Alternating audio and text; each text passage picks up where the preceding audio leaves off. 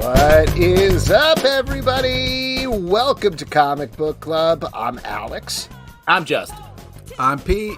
And we are coming to you live from a couple places on the internet. We are live on Facebook, YouTube, Twitch, X/Twitter, and Instagram. Maybe you're listening later wherever you get your podcast. It's all good here on this pre-July 4th show. Ooh. Very excited about that. Very excited about celebrating America this year. What about you guys? So much America. Should we go around it real quick? What's your favorite thing about America? You want to start off with that, Justin? Comics? Yeah, I was going to say comics is a American thing, right? Started. Mm-hmm. Oh yeah, comics. An American art form, Alex. Yeah, Alex. Yeah. Oh, sorry. Well, I'm going to do what I usually do, which is pledge allegiance to comic books. I'm going to go up to Midtown Comics, sing DC the Beautiful. I don't know. A lot of energy right here at the top of the show, I think. Thank you so much. Thank you. That patriotic heat. Bring that heat. Bring that heat, and Pete can't be beat, is what I always like to say. Listen, you know what can be beat is whatever this banter that I'm trying to do here is. So why don't we actually get into the show, because we have a bunch of amazing guests for you. Now we're talking. This evening. Oh, by the way, thank you guys for your help. I really appreciate that. When I was like fumbling and rambling a little bit there, where you were like, oh. Cool. Yeah, just pointing out how bad you were doing instead of helping you. I was saluting you, Alex. I was saluting a classic you, letting you be free. Improv, Democracy. no, shut the fuck up. Just like we learned it back from Ali Fardakian. All right, why don't we bring in our first guest here? He is the creator of Hallowed, which is currently on Kickstarter with 8 days to go. Ladies and gentlemen, Kyle Stück. Kyle! Hey! Welcome. Hey. Hello. Hey, guys. How are you? Very well, doing well, as you could probably tell from the intro. Really good. But we're very excited to have you on now. Hallowed is on Kickstarter, as mentioned. I'm going to bring this up here, but it's Chapter 1, a fantasy horror comic. And you've got just a couple of days here to go. How are you feeling right now as you're getting to the end? I'm feeling sweaty, palm sweaty, spaghetti, whoever that song goes. No, but yeah, I mean, I honestly am a bit skeptical that we're going to make it, but you never know with those Hail Marys. And the fact that anyone wants to pledge and support a book with anthropomorphic animals plus horror plus swords is just an absolute honor. So it's been a really good experience just engaging with strangers, seeing people react to the book, meeting people, doing shows like this. So, and what we said in our video that we have on our Kickstarter page, it's like, no matter what, we'll get the book made. It just may take a little bit longer / I may financially suffer more. But it's been a really fun process. So just to mention, just to clarify for anybody who's not watching live, but maybe listening later. So you're asking for $6,000, should have left that part up, and you're up to a little over $2,000 right now. Hopefully we can give it the vaunted Comic Book Club bump. And I will mention, as notated here, is a project we love on Kickstarter. Yeah. Kickstarter's got your back. And now it's a project we love on Comic Book Club as well. As you mentioned, it's anthropomorphic characters, anthropomorphic animals in a Knights Templar versus witches type situation. Nothing bad about that. Talk to us about the idea. Talk to us about the pitch, other than what I just threw out there, I guess. Yeah, absolutely. Basically, the idea just came to me as Templars versus witches, and I just found that really appealing. You know, the classic imagery of the Templars with the white armor, the red cross, and then I loved the idea of a group of deserters, becoming disillusioned with a holy war and fleeing into a forest and just encountering something even worse. And quickly, when I started trying to get into it, I just got really hung up on trying to be historically accurate, the language, and I just nitty-gritty details that were stupid, but I just couldn't get over. And so I kind of set it to the side. And then some time went by, and I created some other properties, and this fantasy universe came out of it. And then all of a sudden I was like, you know what? Like, I think that story would still work, and all the stuff that annoyed me about it, I could just leave because it doesn't have to be real anymore. I can have a panda with an axe, and I could still capture the emotion that I wanted of, having soldiers who have become disillusioned and who are kind of awful people who've committed war crimes, but you pair that with, then I can tweak the details. I don't have to mention names. I'm not going to have, scholars DMing me and telling me I'm stupid. I still might have people telling me I'm stupid, but at least, what about zoologists? That's right. Zoologists coming in and being like, hey. Yeah, that animal doesn't have a tail. Or a sword. That was kind of the idea. Absolutely. I'm a big fan of Brian Jake's Red Wall series, and so that was a huge inspiration of just having this fun fantasy universe that I could, kind of have a darker story too. Well, I just wanted to say, as far as ideas and everything goes, the art's unbelievable. The character designs are so great. This is such a well-executed book, man. I don't really have a question. I just wanted to say, as someone who reads a lot of comics, I really had a blast with this. I thought it was a lot of fun. I really love the kind of bug stuff that happened later. But, man, this was such a cool book to read and kind of get sucked into this world, man. So congratulations on the execution of this. This is really great. Thank you, Pete. Yeah, I appreciate you saying that. It's again really fun to have something that's in your head and is kind of weird, and then you share it with people, and you're like, "Is this something that maybe people will like?" And then to have people respond again to the weird horror, fantasy, anthropomorphic animal thing in a positive light. It's like, okay, cool. There's other people out there like me, so I'm glad you liked it. I have a question about the sort of. You said that changing it into the anthropomorphic animals freed you a bit. Is there anything that it affected the actual story points or the character moves? Like, did you take on any animalistic qualities that changed? Yeah, no, that's a good question. I think, because it opened me up, I kind of approached the witches in a different way. One of the original intentions that I wanted was, I didn't want it just to be, witches bad, Templars good. I kind of like the idea of, throughout our own history, witches is such a complicated thing in our history of, being a tool sometimes to be used against women or to get property. And you hear these stories of just like, oh, I don't like that person and I want her land, so I'm going to accuse her of being a witch. And then we tried that with Alex as well. It didn't take. You can always try again. But that's true. He sunk. But yeah, so that I knew I always wanted to kind of have like, all right, there's going to be some actual evil supernatural elements, but then also I'm going to play on the perceptions of, maybe these people were misunderstood, and maybe it's actually our protagonists who are, the worst thing in the forest. And so knowing that I didn't have to actually adhere to how people were talking about witches back then, how they would, take them to trial, the type of languages that were being spoken, it really opened it up to where I was able to be like, okay, well, what do I want these witches to be, and what happened to them? How did they end up in this forest? How would they react to these soldiers? And, something I haven't mentioned yet is, while this fantasy universe has anthropomorphic animals and they're called dyers, you also have a lot of the other typical races that you see in common fantasy. So there are elves and there are orcs, and there's a dwarf-like race. And so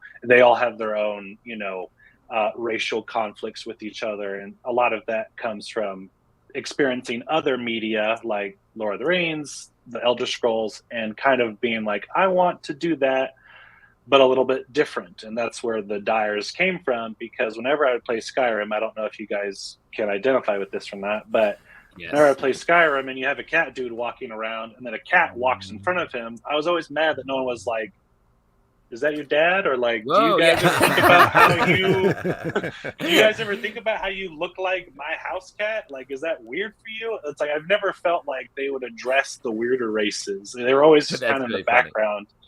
And so I wanted a fantasy universe where dyers are kind of the outside race where everyone's like, we don't know where you came from. You guys are really weird and we're confused by you. And then playing with that and kind of having it reflect the own prejudices that we experience in our own world. What about the title Hallowed? I mean, I think I could intuit this one, but I'd love to hear you talk about where that came about. Yeah, absolutely. So there's obviously a religious element to the story. And again, that was tied into the original, Templar Crusades aspect. And so, yeah, I liked the idea of you have characters who, whether they believed it or not, they were sold on and then participated in a war, a holy war, because they were told this is the right thing to do. You are blessed. You are backed by God, and you need to go do this thing. And any act that occurs under that is holy and hallowed. And so I like the idea of just, again, the religious imagery paired with that name, and then kind of putting a big magnifying glass on it. And again, it's silly. Like if someone just had to describe this really quick to someone else, they'd be like, okay, there's a bull and he has a sword. And you'd be like, that's dumb. So I understand fantasy, nerdy stuff. Sometimes it just sounds silly when you talk about really quickly, but I enjoy being able to use genre to talk about serious things. And my goal is not to, be a Sunday school teacher or, slap people's hands but it is fun to be able to use genre. I feel like people are more open to seeing their world reflected when it's in kind of a fantastical lens. And so it's fun for me to not try to, again, be a religious scholar or, be a pretentious play that no one sees, that's critiquing stuff, but to do it in a fun way where it's like, here are my thoughts on our real world using, again, fantasy and, nerdom and stuff. And so, yeah, the Hallowed was just, I love a single title, It looks good as a logo. But then, yeah, it's just been fun being able to, explore religion and prejudice and people regretting things, again, through a fantastical lens. The art in the book is fantastic, as Pete was saying, and it's very like bloody and dope throughout. And I'm curious, were you always envisioning it like this even before you moved to the animals on top of the story, or not? Yes, I always wanted it to be R-rated. I wanted it to be nasty, and again, not for the sake of schlock or exploitation, but I want the reader to feel a certain way. This is a harsh world. This is not a fun place, and so the forest was always in part of that too. It's like, I want it to be cold. I want our characters to be miserable. There's a panel in the first chapter where the characters eat, and you can tell they haven't eaten for a long time. And so they are slurping the soup. They're ripping off pieces of chicken. And I always, when I watch fantasy movies, there's always that montage scene of characters traveling, and, it's one of the best shots from Lord of the Rings. You see the Fellowship going across the mountain. But I always wonder, I'm like, where's their gear? Like, how do they sleep? Where's the food? Where's all this stuff? Those journeys are actually like incredibly hard. And so I told my artist and I told my colorist, I was like, I want everything to feel dirty. I want it to be miserable. When people die, I want it to be brutal, not because, again, for exploitation's sake, but because it's like, I want you to feel gross about death, because it's not a good thing. It's like it weighs heavily on everyone, and when it happens, it affects other people. So yes, I always knew this was a book that I didn't want to show my parents. my understanding is that you can walk into Mordor with just a little bit of lambus bread, and you're fine. That's just enough. a little bit of bread and some jewelry. Yeah, there's actually another party behind them just off the camera that are carrying like all the tents and the poles. Yeah, it's all the squires, and they're just craft services. Oh my God, can you guys calm down with the drama, please? Let's talk about the Kickstarter a little bit. I know you mentioned this earlier, but I really do want to overemphasize this because I think too few Kickstarters do this. You're basically done with the book at this point. The art's done. It's ready. It's pretty much good to go, right? Correct. Yeah. I both just from my own like inferring about this, and then upon researching it, I was like, yeah, like no one really wants to like back something that has an opportunity for like not getting finished or people bowing out or anything like that. And same thing for me. I was like, I didn't want to ask people to back something that I didn't necessarily have control of. And so, yeah, it was very important to me that we actually finished the first issue too, just to prove that we're like committed to it as well. So yes, there's going to be Hallowed's going to be split into 2 volumes. And so the first volume is going to be 7 issues. The second volume is going to be 8 issues. And so this first issue is 24 pages of actual story. There's some extra stuff, but it's all done. It's penciled, it's inked, it's colored, it's lettered. The main poster's done. The main cover's done. The variant cover's done. Everything's finished, and we're almost done with the second issue. So again, this is all financed by me. I've paid for the book already. All the artists have been paid. That's very important for me as well, not to promise residuals or anything like that, because it's just so hard to make comics and it's expensive and people get burned, and I've experienced that and I just hate it. And so, you know, if people are going to dedicate their time to me and my book, I want to make sure they feel good about it. I don't want the book to come out and the artist is like, oh yeah, that guy was a dick. You know what I mean? I want them to be like, oh yeah, I made money and I'm happy. Even if they're like, I don't care about the panda, you know, they're like, I got paid and I had fun, you know? So yes, as soon as, if we're successful, as soon as the campaign ends, that's when we're able to just send in the print order and start shipping stuff. Yeah, amazing. That is great. Again, I really don't think enough people do that. So I love your attitude there, just in terms of pay your workers, pay the people you're working with. So that's really good to hear. As mentioned, you've got 8 days left. I do see that you got another backer during the show, which I'm going to take full credit for. Right thank you. Yeah, that's us. But if anybody is listening, wants to pledge this, you still got time. What are they going to get with their pledge beyond the comic? What else is available? Absolutely. So in full transparency, I tried to design this to be, you know, as simple and easy for our team so that we could focus on making the comic and then not get bogged down with shipping, but with the promise of, you know, for future issues, hoping to introduce more stuff. But I still am really happy with the stuff that we have. And so starting from the lowest tier and then going up, very simple, you can get the script. And for some people that may not necessarily be super interesting, but for me, when I got into comics, it took me a long time to be like, what does an actual comic script look like? To find a template and to figure out how people, you know, use it. And so that's our first reward, is just you get to see my script and you get to see when I put in a panel like, hey, Ricardo, who's our artist, like, make this badass. That's a lot of my direction, is like, make this cool.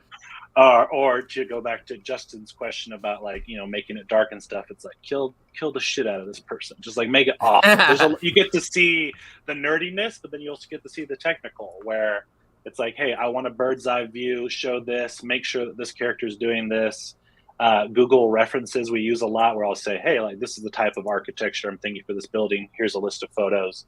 So that's one of our first rewards. Next, we have a Q&A video, to where basically, again, I found it really difficult to get into comics. I had so many questions, and it was through other really generous creators who either just posted stuff online or talked to me that I learned how to do this, plus just reading them themselves. And so for me, I love the Kickstarter community. I love the comics community. And so that one is just our way of, again, giving back and being able to connect with people, to where if they have a question about the story itself, I'm happy to answer that. But especially if they have a question about making a comic, getting into comics, any sort of thing that I can be helpful with, I want to be able to do that. So they get to ask 5 questions, and then they get a personal video for me and some of the other creators answering that, both our own answers. So, I mean, depending on how many the other creators have time, it could be, 15-minute awesome. Video. And then we have digital copies of the book. We also have getting a special Patreon page that gets your name on it. Then we have a variant cover that is signed, and I love the variant cover. It's a gold foil cover, so it's shiny.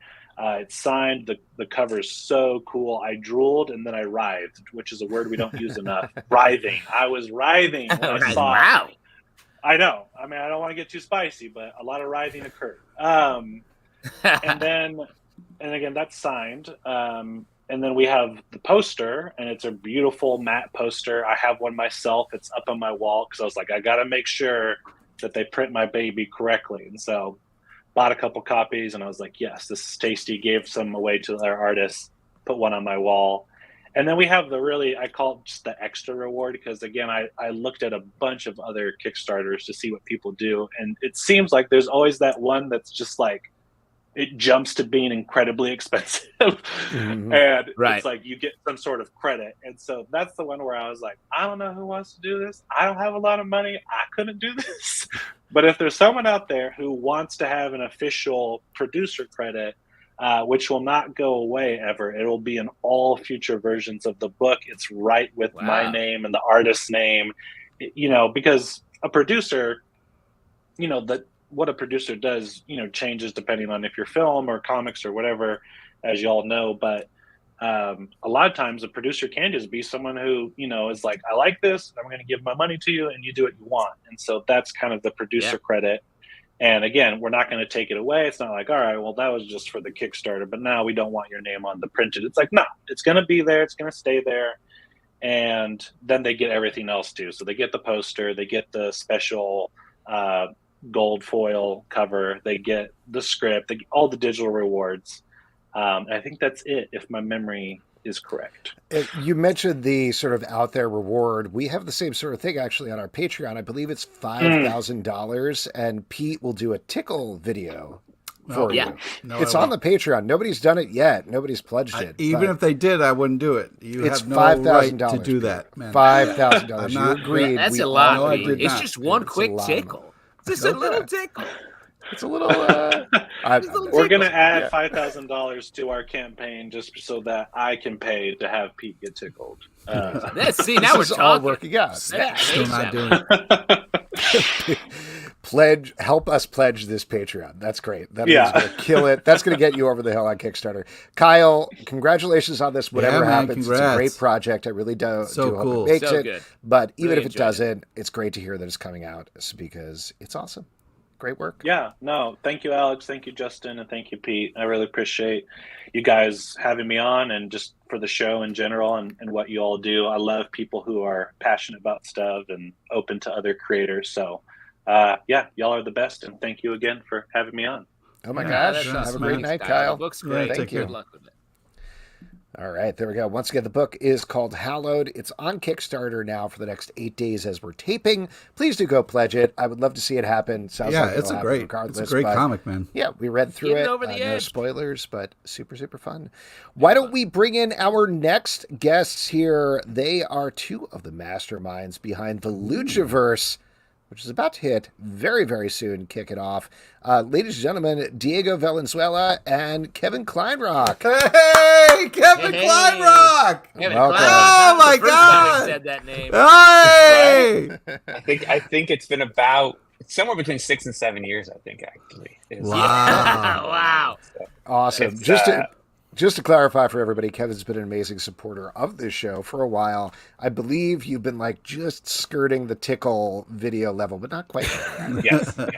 But I think if we add it all up, I might be able to redeem all my tickets for tickle video. Tickle the tickle video. I read comics growing up religiously, and then I was away from the comic book industry for a long time. But when I decided that I wanted to take Master Public into the direction of doing comics, I kind of had to educate myself as to where the industry was and what everything had become. And Comic Book Club Live became my go-to. I've listened to it religiously every week as we were kind of getting back in. And it's awesome to finally chat with you guys. Thank you, and I'm sorry because we don't actually know anything. But other than that, I hope that's helped. Just to talk about this project, though, so you guys have a lot of different titles on this. I believe, Diego, your main one, well, you didn't list it there, but head of Story World, among other things. And Kevin, you're an EP and also a CEO, and you got a bunch of other titles there. And this title, Luchaverse, is kicking off in stores on July 17th. from Masked Republic Comics, from Massive Publishing. So there's a lot of stuff going on there. But before we get into any of that, I just want to take a big step back because both of you guys, and correct me if I'm wrong, both of you guys have legit credits with actual luchador wrestling. How did you get into that before we even talk about the comics? Diego, what about you? Where did that start? So in my case, I think the closest I came was it started a while ago because for those who don't know, we had a show on Cartoon Network and Max, now Max, previously HBO Max, called Rey Mysterio versus La Oscuridad, which is an animated series produced in Mexico City with Latin American artists, created by Los Viva Calavera. And this started, I think it was around 2015 or 16 when we started the first talks about it, and when I was called to help write the pilot. And eventually when we got greenlit into a full 10-episode season, the guys at Viva Calavera called me to be the head writer. So I got to lead the writer's room and also write 5 episodes in the season. And it was really awesome. Like something that I've always been awed by, and something I've talked to Kevin about, is that at the same time while we were working on Rey Mysterio versus La Oscuridad, Kevin and Divan and Marco were developing the Rey Mysterio story for the Luchaverse. And I always found it so interesting that we were both working on fictionalized versions of the same luchador. And though they were different, they were both purely Rey Mysterio. Like we found a way to capture his voice in 2 different ways, in 2 different mediums. And it was so purely him. So when I came on board and I started reading these issues, I was really, really excited to see I get the chance to be part of the same universe as Rey Mysterio once more, thanks to what Kevin did. Awesome. Wow, that's cool. Kevin, what about you? Well, so when I was 12, I decided that I wanted to work in pro wrestling for my career. I remember the exact moment I was watching WrestleMania 7, Ultimate Warrior and Randy Savage, at that exact moment, I said, this is what I'm going to do with my life. And I literally started then. I've been working in the industry in some way, shape, or fashion since I was 16 years old. Went to college and then decided to pursue wrestling instead of law school. And most days, Smart. I absolutely do not regret that. And Lucha Libre. I grew up in Los Angeles. I live in the SF Bay Area now, but so doing the wrestling scene, the small independent wrestling scene in LA, luchadors were always kind of part of the scene, but it was usually like one luchador on the show, or if you went to like Compton on a Sunday, you can catch a full Lucha Libre show. But everything I had done in wrestling had always involved a few luchadors. And during the early 2000s, I worked with a lot of the big names that came out of WCW, LA Park, and Conan, and Juventud Guerrera, and I did a series for MTV called Wrestling Society X back in 2006 or 7. So I created that, wrote that, produced that. It was my first thing I ever did in TV. It was a pilot that got greenlit the same day we pitched it, which really messed my head up for how like TV works. Because it's been 15 years and that's never happened again. And then MTV put $3.5 million into 10 half-hour episodes and proceeded to just cancel it after 4 weeks. And I learned a lot, mostly that I had to set up a machine that would enable me to do stuff on my own if I ever got another TV show, and then it got canceled. And so after that, I wanted to put all my energy in wrestling in the Lucha Libre space. My business partner, Ruben Zamora, and I, who met through the luchador Conan, he had kind of become the default agent for a lot of the luchadors out of Tijuana, because early 90s, there was no social media. If you wanted to book a luchador, you couldn't just hit them up on Instagram and say, hey, I want you to come wrestle for me. You had to have their home phone number. You had to speak Spanish. It was a very, much more complicated process. But Ruben and I had a lot of the same ideas about how to kind of take Lucha Libre outside of Mexico, build it here in the United States, not just with live events, but what more could we do? How can we help the talent do officially licensed merchandise? How could we do something inspired by the classic Lucha Libre films, which now is, here as the Luchaverse, or is in some of the television shows or films that we're developing. And that's really where, over the last year, Diego's come in as the head of Story World, because we need to kind of have a through line through everything that we're doing, and want to make sure that everything ties together neatly. And I've been involved in Lucha for wrestling for almost 30 years now, and this is kind of the latest iteration of it. Wow. Well, while we're taking a step back, I want to talk about your nerd wall you got back there. It looks pretty glorious. Anything you want to point out back there for us? So one of the things that we had done when we started working with the luchadors was like in Mexico, everything's bootleg. Everything's completely bootleg culture. And you go to the arena and they're selling your mask, they're selling your t-shirt outside the arena. Wow. You're getting nothing for it. So we wanted to, even if we couldn't do anything about what's happening in Mexico, we wanted to be able to help luchadors do officially licensed merchandise that their fans outside of Mexico could buy that would make them some royalties, or give them some cool merchandise to sell at their merch tables. And so pretty much everything you see behind you is either officially licensed merchandise that we put out through our Legends of Lucha Libre brand, or action figures, old action figures of wrestlers that we now do modern action figures for. So there's like a 1994 Rey Mysterio and a mid-90s Vampiro, and we've done modern kind of versions of things with them. So this is all the stuff that we do outside of comics. That's awesome, man. While we're continuing to take steps back, I want to take the biggest step back possible. What is it that makes luchador wrestling different than, say, American wrestling, WWE wrestling? Like, obviously we know the masks, but is there something that characterizes it in particular? I'll let Diego take that first. So I think there are several possible answers for that. In my case, you mentioned that it's the masks, but it's not only about the like the regalia, right? It's not only about that. I think the mystique behind the luchadors is the one thing that really sets them apart. Like something that blows my mind. I've always said that, and the reason why I love Lucha Libre so much is that I always thought since I was a kid, because in Mexico it's impossible not to see Lucha Libre everywhere. It's the closest thing we have to actual superheroes, right? Like there's the good guys and the bad guys and the costumes and the capes and whatever. But something that blows my mind to this day is that some of these wrestlers, no one knows what they look like. Like they've been wrestling for 40 years, and everybody knows their masks, everybody knows their costumes, everybody has seen them do their thing on the ring and seen their movies or seen them the comics or whatever, but they don't actually know what their face looks like, and they might have crossed paths with them on the street and you wouldn't know.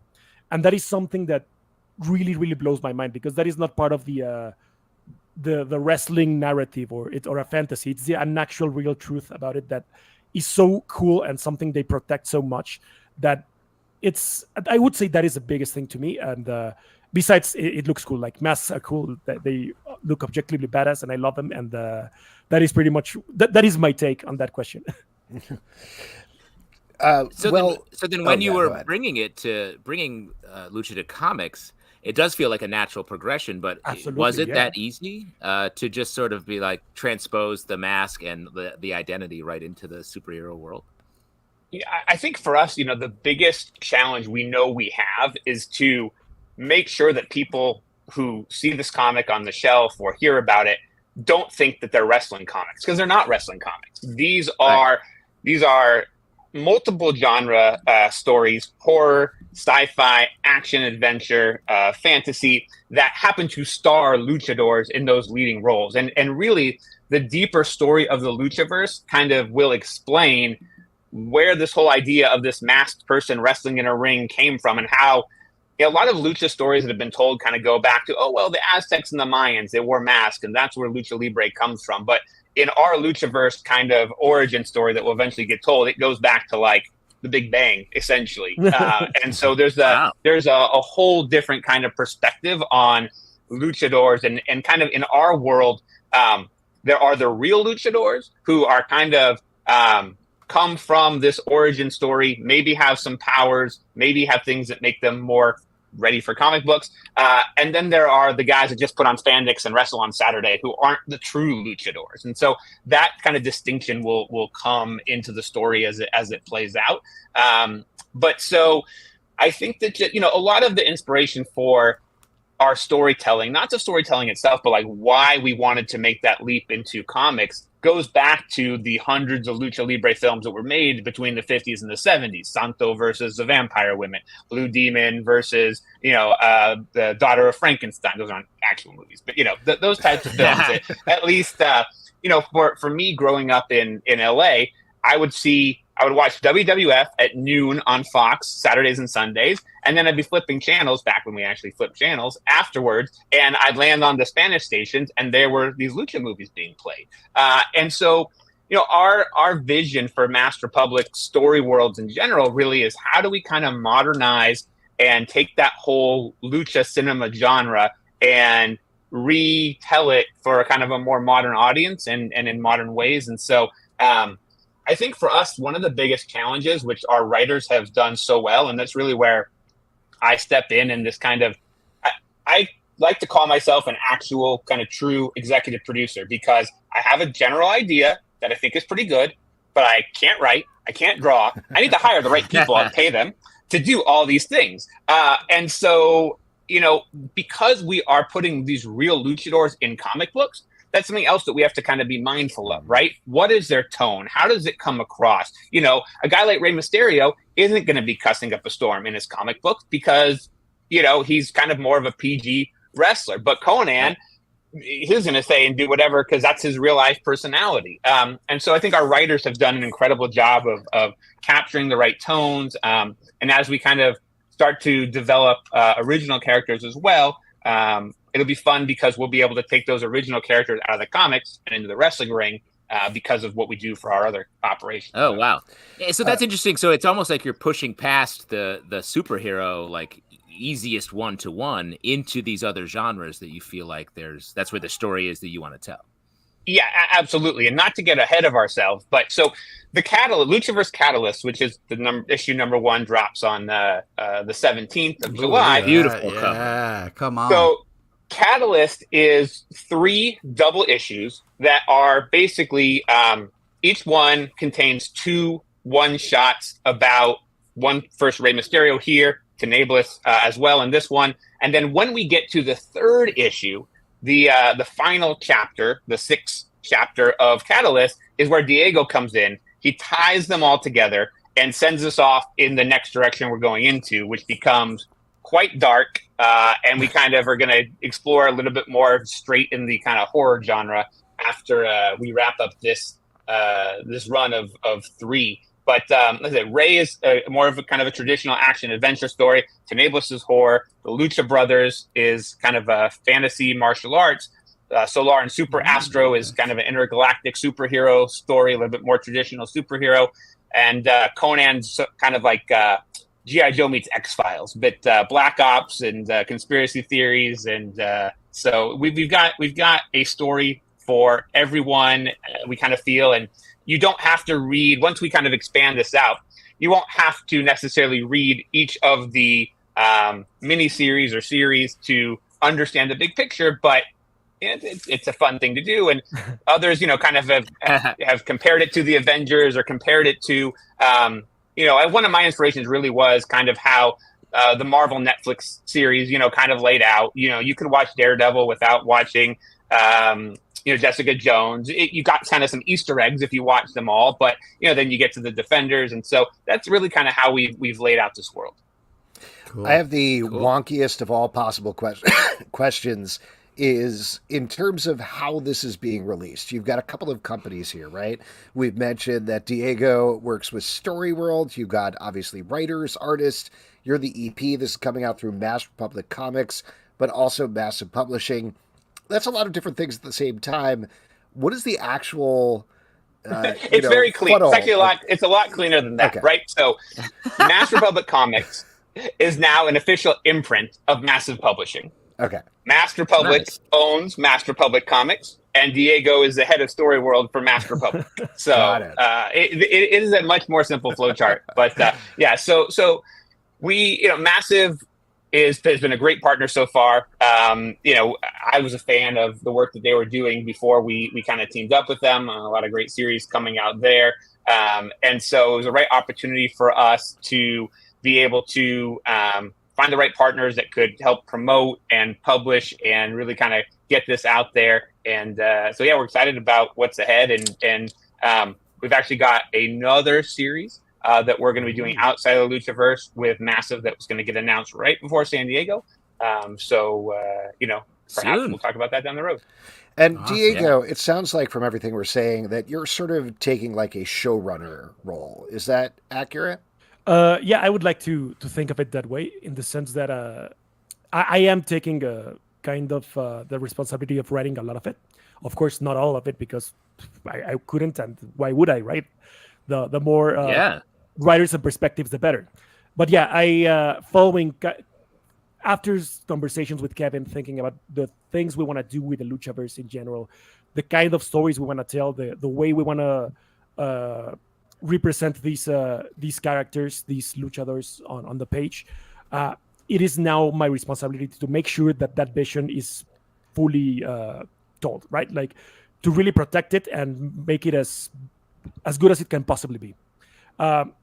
So on those terms, it was what Kevin just said. Like, when I came on board, I had to write the climax of the Luchaverse, which was kind of an awesome challenge for me, because you have to write a sequel for 5 different stories and make it and make it coherent, right? Like, I love the comparison with Defenders or Avengers, because you need to capture the voice of each of these characters and make it coherent and make sure it doesn't feel forced or shoehorned in or whatever, and make sure you, within these pages, you also set up the new stories for whatever is coming after the Luchaverse number 3.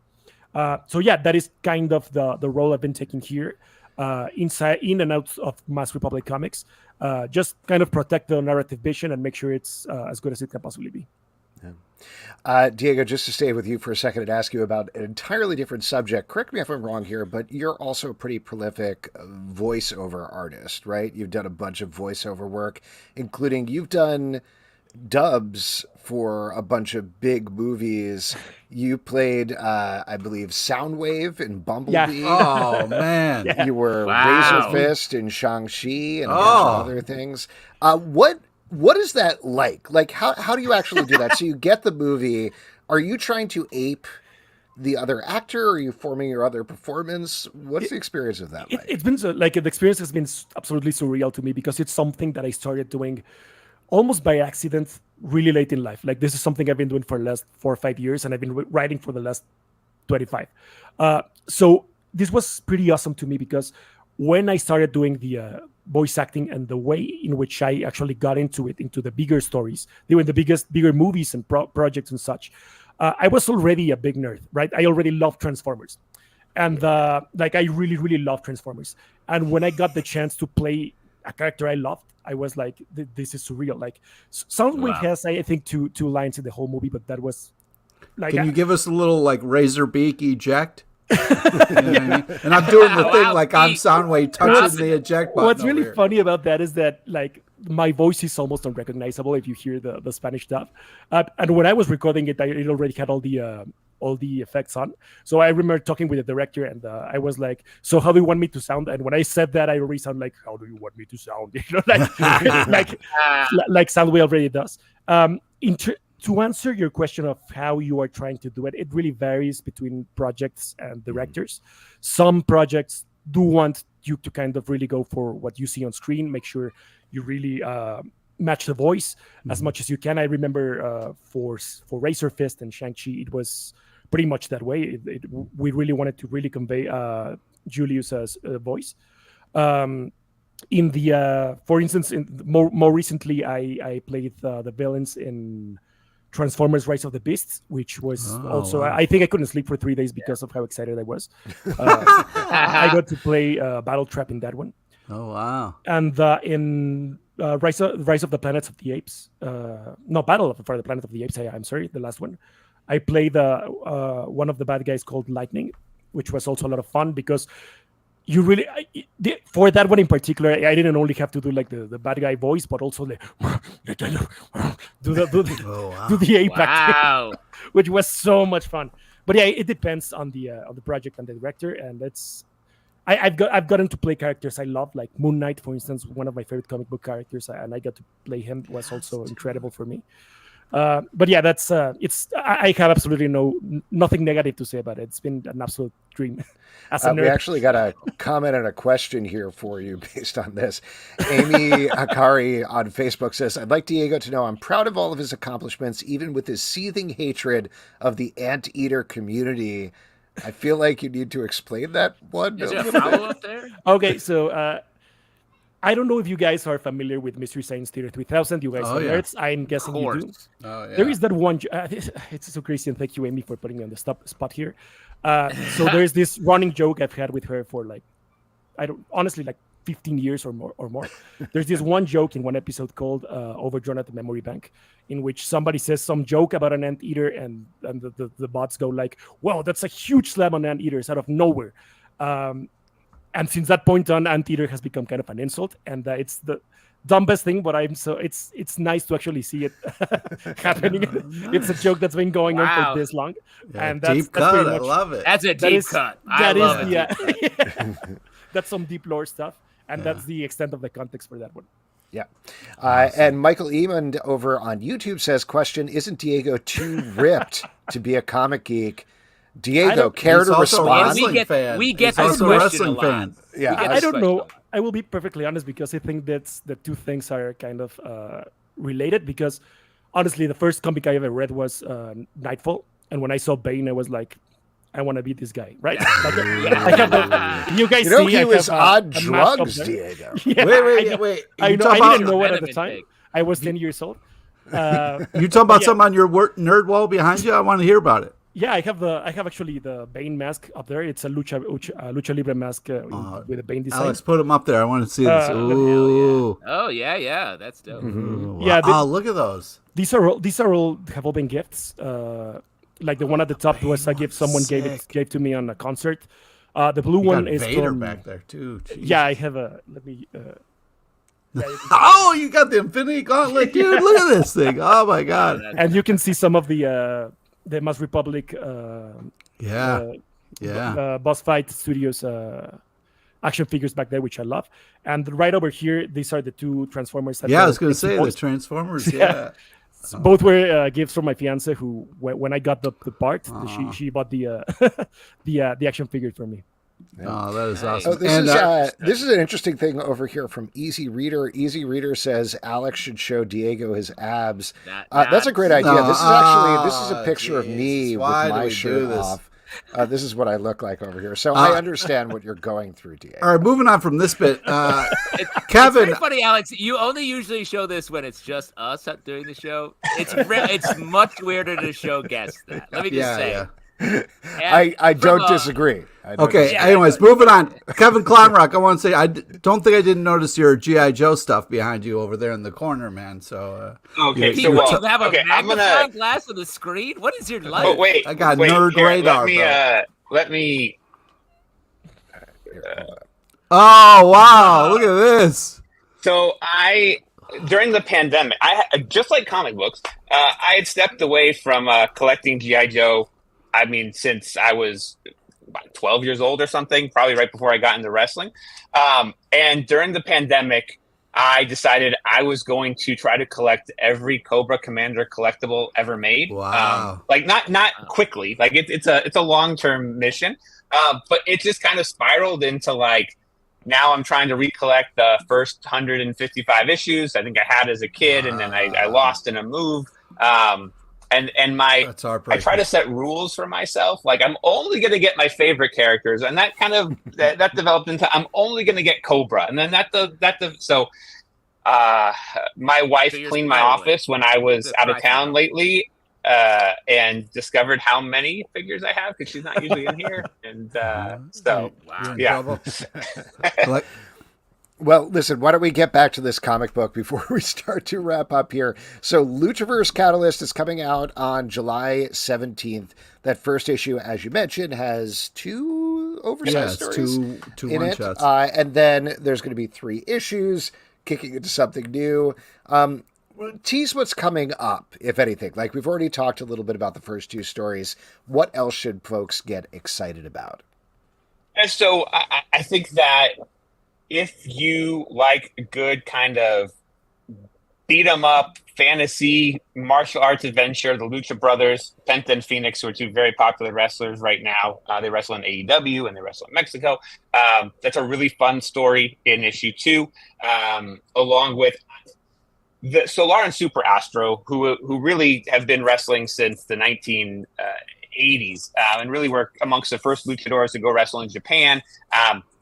They're Solar and Super Astro, so they just kind of naturally lent themselves to an intergalactic kind of superhero story.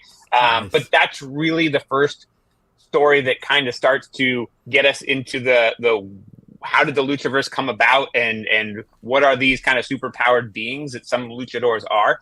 So I think, it's hard to kind of pick a favorite, but that, in terms of setting the big picture up, is a really important story and a fun one for me. And then when we get into the third issue, because of my love of G.I. Joe and X-Files, and because of Conan's personality, this whole kind of X-Files meets G.I. Joe conspiracy, the whole premise there is that there are conspiracy theories each issue, and they're either conspiracy theories that are more than a theory, and he has to kind of hide from the public really figuring out what's going on, and then some of them he just has to straight disprove because people are going crazy about these theories that aren't true. So that's a really fun one. And then Diego just killed it with bringing them all together and launching us into the kind of next direction. There's a very clear next direction, which is going to be 3 miniseries, one right after the other, each with its own writing staff, art staff, and kind of its own genre. So there's a 21-month plan that's been kind of laid out, and that's awesome. It's really exciting. And we're actually, if you'll be at San Diego Comic-Con, we have a panel with Headlock on Thursday evening at like 5:30 to talk about some of the other things that are coming from Master Public Comics and from Master Public in general. And there will be a pretty fun Luchaverse related announcement at the panel. And then also we'll be talking about the other series that's coming out from us in Massive shortly. Awesome. Cool. Guys, this is so great. Yeah, the book is great. I can't wait to read the rest of these. Congratulations on it. Thank you so much for coming out. We appreciate it. Yeah, great to appreciate you guys. See you. Thank you so much. All right. So great. Thank you. So much fun. Thank you so much. Yeah, congrats. All right, there we go. Once again, that was Kevin Kleinrock and Diego Valenzuela. The book is called Luchaverse Catalyst. It comes out on July 17th from Mask Republic Comics and Massive Publishing. We had a chance to read it. It's awesome. Yeah, Definitely it's great. Check it Alex, out. I love your Succession-style deep dive into their financials you dropped on them halfway through the interview. I got it. I got them, right? He was like, wait. It's way easier. He's like, how did you even find that out? All right, why don't we move to our next section, which is my favorite section because you all make it up. It is your audience questions. And for audience questions, all you got to do is drop a question over in Facebook, YouTube, X, Twitter, or Twitch. They can be about absolutely anything. In the meantime, though, why don't we talk about what we're drinking this week? Brett Macris, our Stray official Bullies? chef, was feeling a little under the weather. I do hope he's feeling better. Yeah. But we did decide on my calling to have a drink that I've been making a lot, the Spicy Dead Lady, which is very nice. It's what are you trying to say, bro? Yeah, what's your what's your take? I killed my wife. It's a hobby of yours? Oh, man. It was a little spicy. That's what you call a confession. Yeah, let's spice up our marriage. We got him. Red team, go. We got him. Yeah, no, it's very good. It's falernum and mezcal. Yeah, that's a word. And yes, thank you. And I use Campari, and you're supposed to use some sort of, and lime, you're supposed to use some sort of spicy bitters, which I don't have, but very tasty. Good stuff. Very nice. I had something sort of similar, Alex. I had mezcal, Aperol, and lemonade. Ooh. And you know I'm in upstate New York, so I'm drinking that Labatt Blue Light. Come on, get it, baby, get it. Pete, what about you? Vodka, baby. Straight vodka. Straight? Straight? Wow. Jeez. Ever since you moved to this hallway, it's changed a little for you, Pete. Hoo-wee. Vodka. Oh, God. Come on, man. Sounds awful, man. All right. Derek Maynard says, between Beneath the Trees, Animal Pound, Feral, and now Hallowed, anthropomorphic animals seem to be having a moment in comics. Any thoughts as to why? Pete, as a professional sex animal, what's your take on this? No, he's a human sexual I'm not going to dog, respond Alex. to that. Oh, a human sexual dog. I'm sorry. I forgot what we said. I think what this is it's the mixture of trying to do something cute and loving and then making it like the most gruesome horror story you've ever is a interesting kind of package. You know what I mean? Where it's that combo where you feel like safe under the Disney umbrella of like these adorable characters, but there's straight kind of murder and all this horrible things going on. So it kind of fucks with you more than just kind of seeing humans do it, I think. Well, I think Kyle sort of said it when he was talking about how when you remove it from reality, you get a little more freedom. I mean, Beneath the Trees, I think it's that was part and parcel to the premise, the cuteness of the busy world of Richard Scarry and laying on a straight up murder on top. But I think Animal Pound, just like Animal Farm, is trying to make a larger point about society in a sneaky little way by having it be animals. I think a lot of people do that. I don't know how sneaky it is, but I hear what both not of in you the guys most are recent saying. issue. Definitely not. I would throw out there, I feel like Animal Pound is very much its own thing because, like you're saying, Justin, it's very specifically off of Animal Farm, something that pre-exists. And Tom King is trying to update the story there for 2020s. But Beneath the Trees and Feral, I do think is exactly what you were saying, Pete, where it is this contrast between, oh, it's really cute, and, it's really horrifying, that can be a fuel for comedy, it can be a fuel for horror, it can be whatever you want it to be. So, yeah, there you go. All right, Deborah Doherty says, how do you find the time to read comics, and if you have children? Well, I'll take this one first. Oh, sure. Yeah. Yeah, I definitely don't have kids, but it is a lot. It is a lot.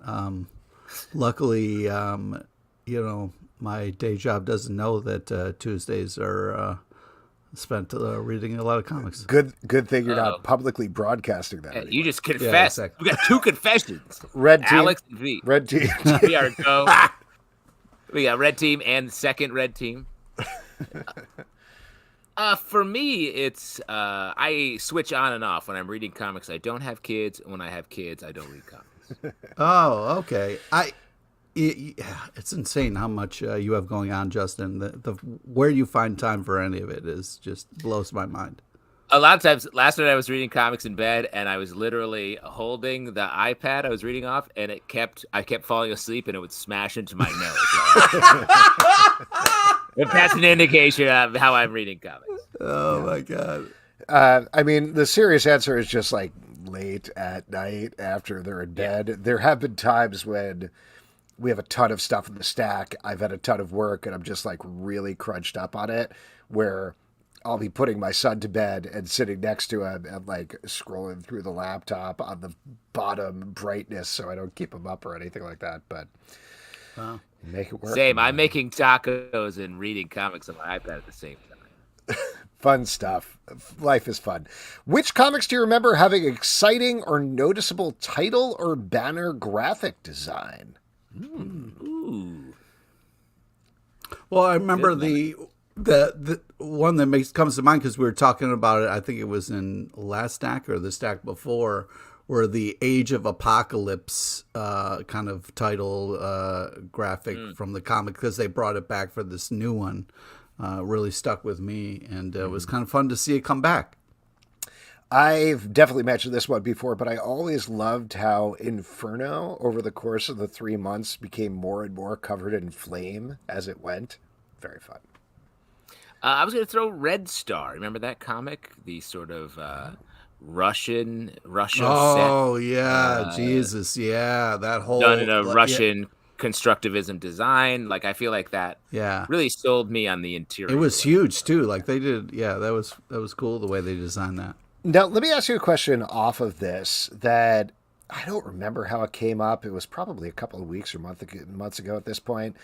But there was a lot of discussion about like corner boxes on books and what should be there or not be there. I remember loving the Marvel heads back in the day. The heads, very fun. But At the same time, I also understand leaving that off to leave more room for the artists. Yeah. What's your guys' take on it?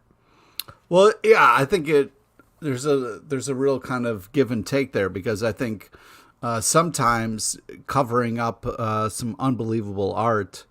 There was this one kind of Punisher cover that I'm thinking of where it's like the Punisher standing over Manhattan and his kind of shadow cast on Central Park, and you see the Punisher symbol there, and the kind of title of the comic kind of cut off some of the skyline of Manhattan that really kind of showcased like, oh, this is Manhattan here.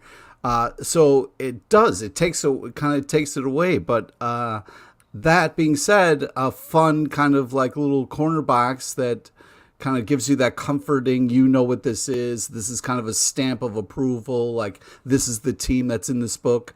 I know when they did the Fantastic Four, they had the 4 little heads, and then like Wolverine and Ghost Rider and stuff was in there. They used their heads, and it was like a fun change where you got excited, like, oh shit, look at this, So yeah, I think it kind of goes, depends on what's going on, because sometimes you want more of the art to kind of showcase themselves. I go the opposite way. I like the boxes. It's a comic book cover, and that's what it is. So like putting the box in there, having an extra piece of art, whether it's the heads or a figure, I think that's cool. When I go see the Mona Lisa, I wanted to say like Mona Lisa issue 1 and have like a smaller smile in the box or something. Like, let me get into it. Tell me how much it is. How much for the Mona Lisa? Let me know. I write a banner on the top that tells me what part of the Da Vinci Chronicles it is. Is it like part 2, part 5? What reading order am I looking in here? Huge clue for the Da Vinci Code, right? Mona Lisa? Yeah. Seems important, I would think. It does.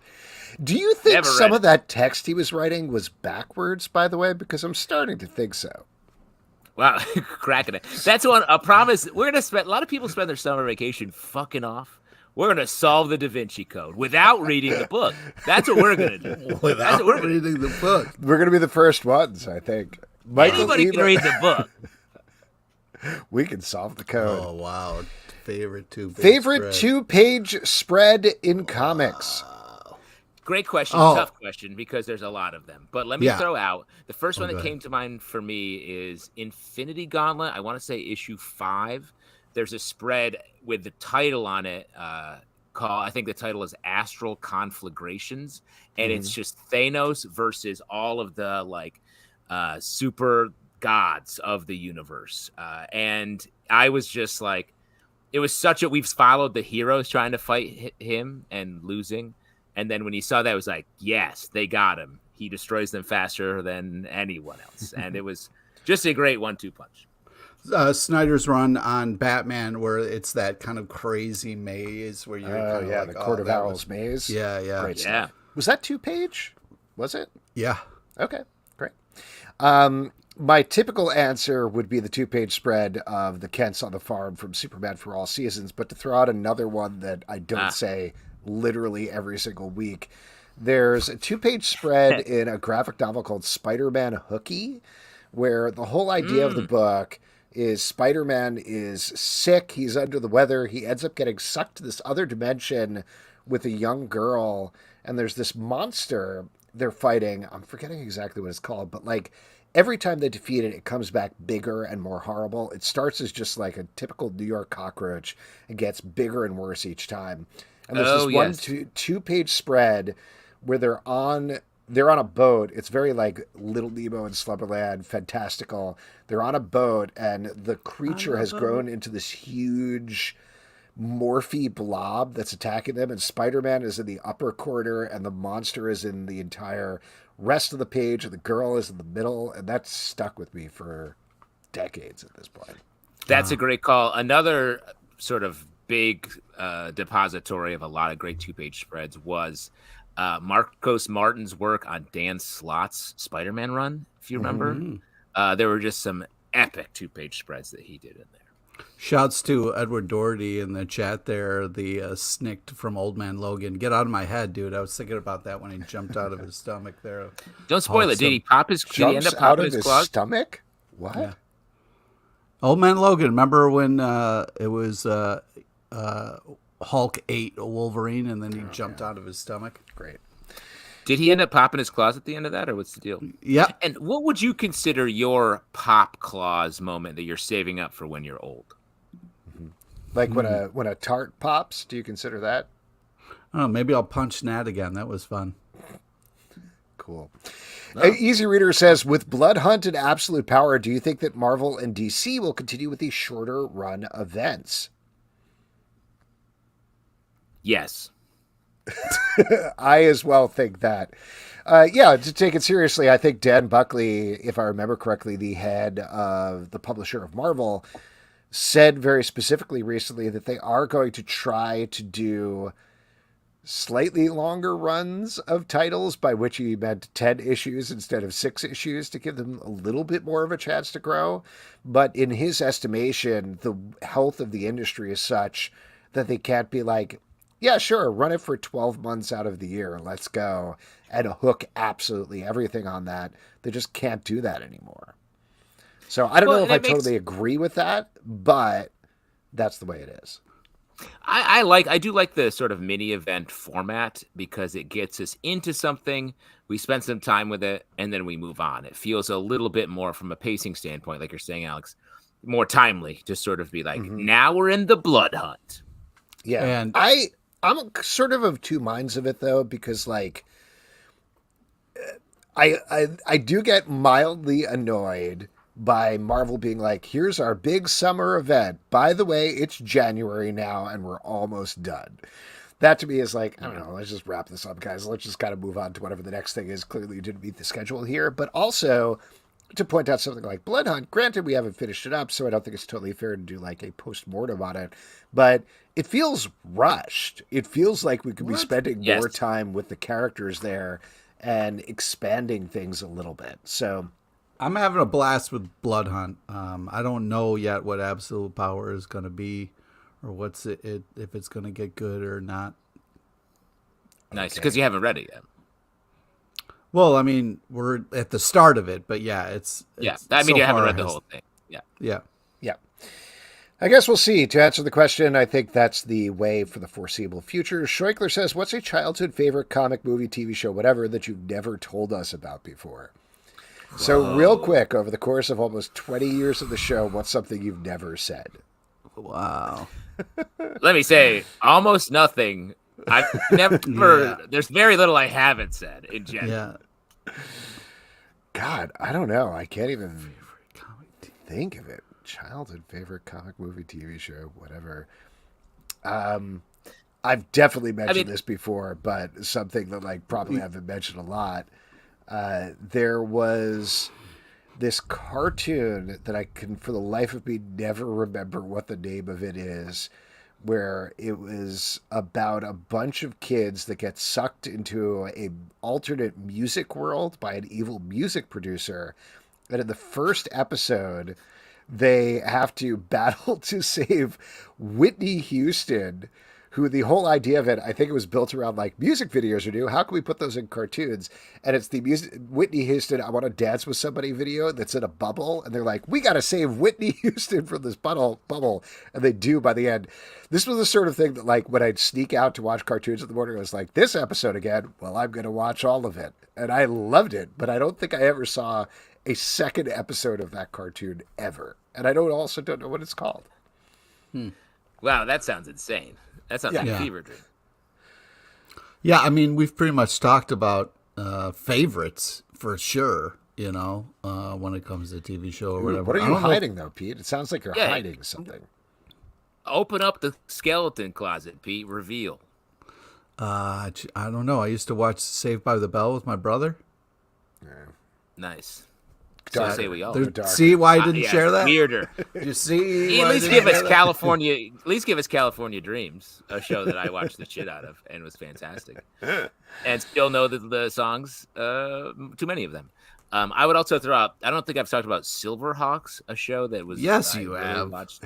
Really? Okay. Hey, Dude, Pete, in the vein of Saved by the Bell, definitely watch that. Into it. Did you ever watch the again, this is another series that I only saw one episode of multiple times, which was just the pilot, and it was, I don't know what it's called, but it was about a family who's on vacation in Egypt, I want to say, and gets sucked into the pyramid from the back of the $1 bill. It's live action. Why is all your favorites about people getting sucked into different places? I wish I could be literally anywhere else. Everyone's getting sucked over to different stuff. All right, pro or anti embossed covers? That doesn't do it for me. Never been a fan. I'll take a hologram. I'll take a silver foil. Anything embossed, I'm like, save it. I don't need the topography. Pete?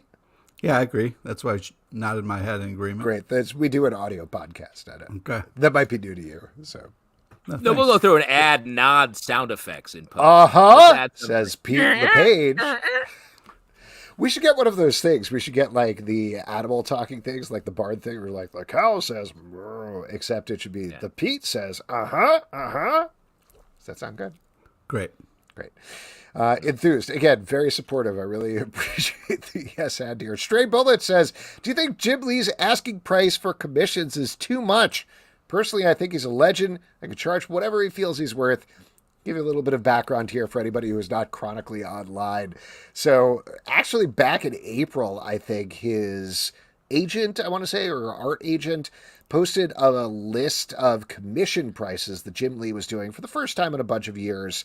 He was doing commissions. He went to, I want to say, the Lake Como Art Festival that we had a couple of folks on about a couple of weeks back. He's going to San Diego Comic-Con, a couple of other places. So, like, for the first time, he's opening up commission sketches. They start at, and don't quote me on this, I'm just doing this off the top of my head, but $1,000 for just, like, a little note card that has a side headshot, all the way up to $35,000 for an 11 by 17 that's not based on something that he did. So being like, hey, can you do the X-Men cover, but for me? Instead, it being like, can you do Squirrel Girl cover on a full-on background that you've never drawn before or something like that? So like basically original art from Jim Lee. And again, that came out in April. But over this past weekend, I think it was a couple of people on TikTok were like, this is gross and disgusting. How dare he charge so much? That was kind of the subtotal of the negative on it. As Stray Bullet says, every single comic professional is like, he is Jim Lee. He can charge whatever he wants for this stuff. What do you guys think? Do you disagree? Do you agree? Well, first off, shouts out to Stray Bullies. Secondly, I just think that, like, whenever I've kind of worked with artists and they kind of bump up their numbers, it's usually an indication of, like, this is a pain in the ass. And if I'm going to do this, I got to at least make it worth my time a little bit. You know, it's more like, these are getting harder or not as much fun as they used to be. So I'm going to kind of jack this up. So I have to do less of them. But I agree. I think Jim Lee can do whatever he wants. He's clearly the king of San Diego and the guy is a legend. And if he wants to charge that much and less people get him, that's, makes the ones that he's done more valuable. So I don't know what people are complaining about. Yeah, I mean, I think they're just complaining because they're like, oh man, why can't I get a piece of Jim Lee art? You can. Yeah, exactly. Yes. And to your point, Pete, as a lot of people have thrown out online, is like, that's what people are charging on eBay. Like, they'll get a piece of art for him and they'll be like, great, this is $20,000. So why shouldn't he get the $20,000 if that's what people are getting anyway?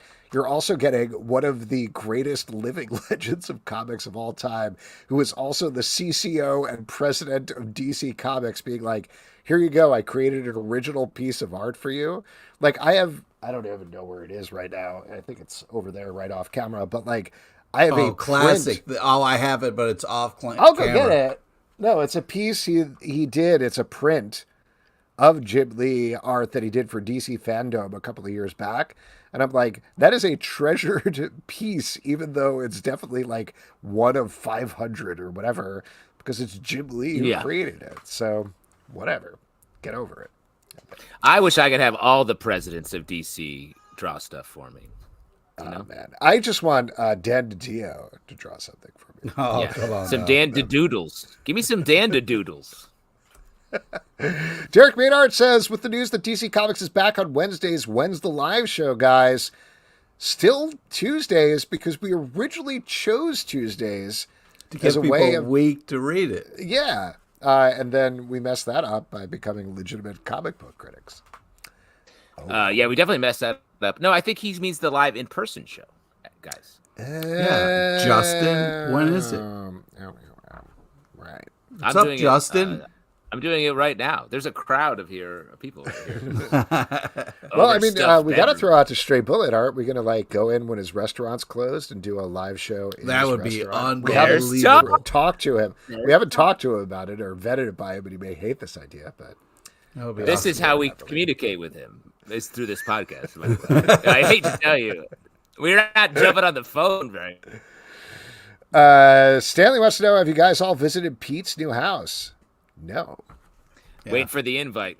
Waiting for the stop invite. When's your house party?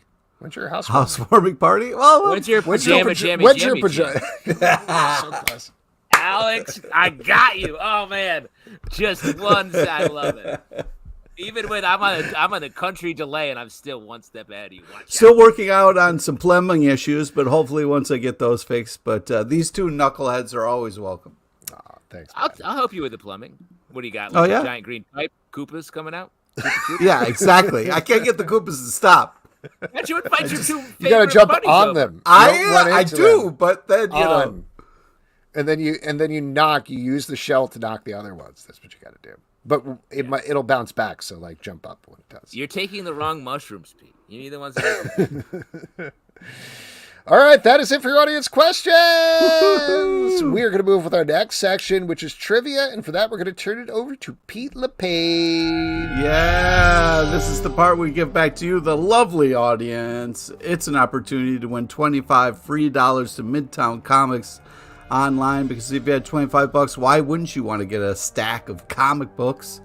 All we need is a first hand up or anything like that. Oh my God, Michael Emond is on it. Oh, yeah, man. Welcome.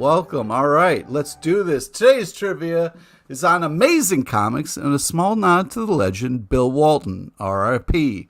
Please listen to all three options. I got to know, how many weeks are you behind at this point? Like, how long is your list? Because there are some very big, very important people to the world of entertainment that are maybe even tangentially having something to do with comics who have died over the past, I don't know, I want to say like I'm really backed up. The problem is people are dying at an alarming rate. I don't know if you're aware of this. Bill Walton? You got to edit. You got to edit, Pete.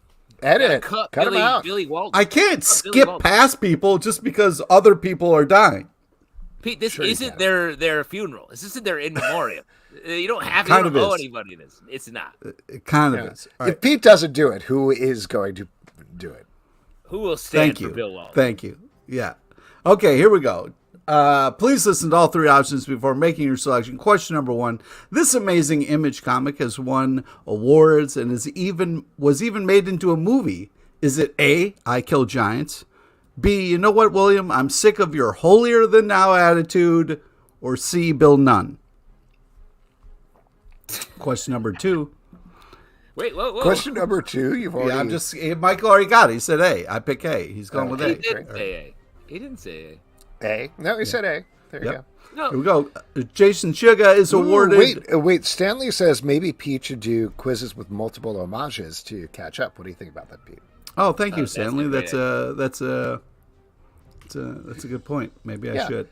You should. It's like how we're going to be all buried at the same time to save money. Oh, did we say same time? I thought we said same grave. We're going same time? Same time and like Egyptian style. One person dies, the other two. Get your cats. Guys, I got a very important quiz I'm in the middle of here, okay? Oh, sure. Jason Sugar is an award-winning author who went to Berkeley as a mathematician and then later wrote this amazing comic. What is the name of it? Is it A, Book Hunter, B, Gnarls Barkley, no relation to C, Charles Barkley? Wow, that was a bit of a mindfuck. Pete, I have really horrible news I'm just getting. Bill Walton is still, he just was resuscitated right at the end and during this quiz. Wow. What do we do in this situation? Bill Walton is back amongst us.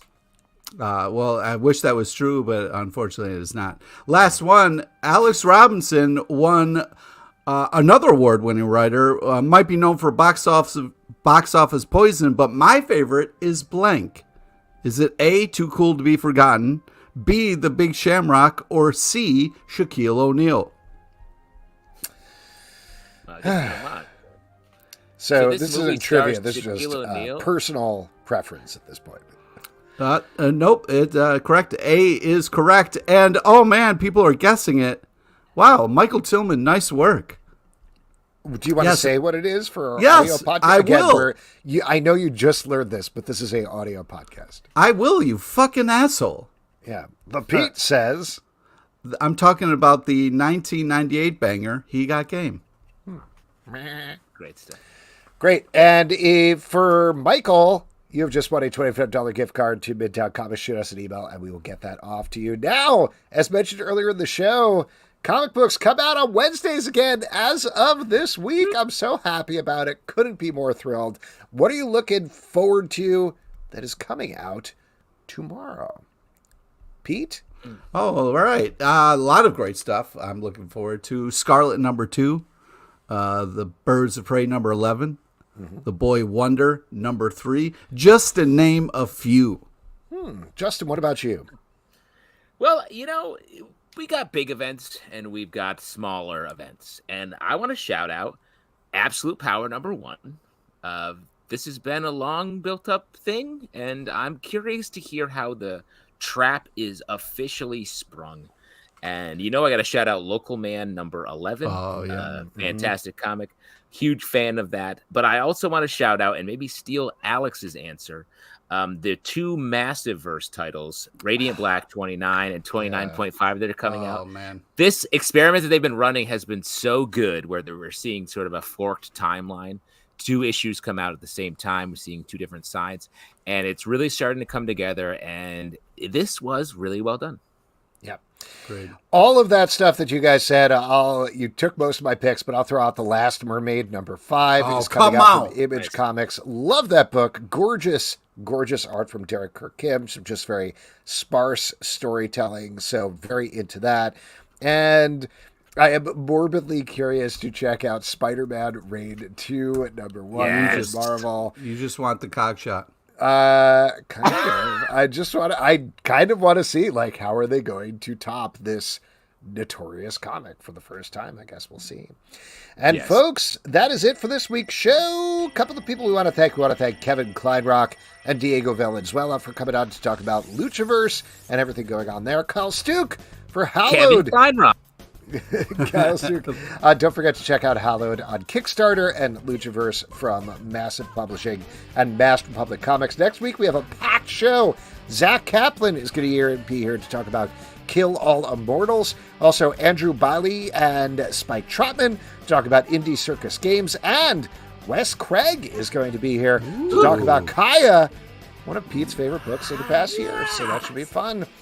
Comic Book Club News, our news podcast coming out Monday through Friday every day of the week.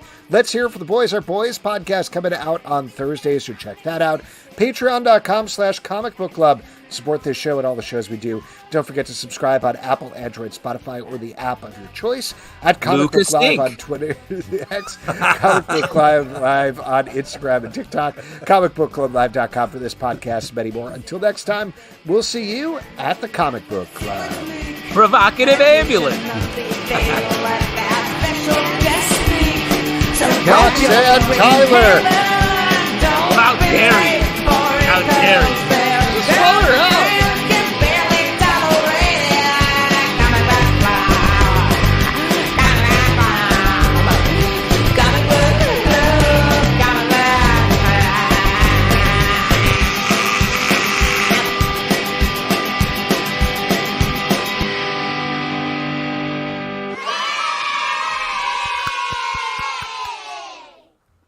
Yeah, Brooklyn, keep dancing, buddy. Thanks, everybody. Have a great night. What?